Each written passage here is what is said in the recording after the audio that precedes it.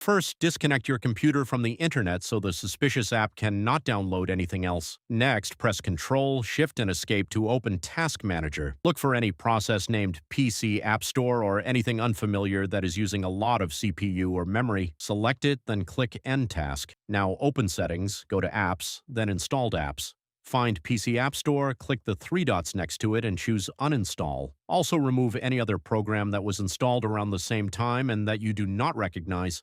After that, press the Windows key and R, type App Data and press Enter. Check the local, local low, and roaming folders for folders named PC App Store or other suspicious names, then delete them.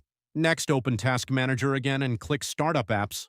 Disable PC App Store and any unknown startup program. Now open Windows Security, select Virus and Threat Protection, choose Scan Options, and run a full scan. When that finishes, run a Microsoft Defender offline scan as well. Finally, restart your computer and check your browser extensions. Remove anything unfamiliar, reset your browser settings if necessary, and make sure PC App Store does not return after startup.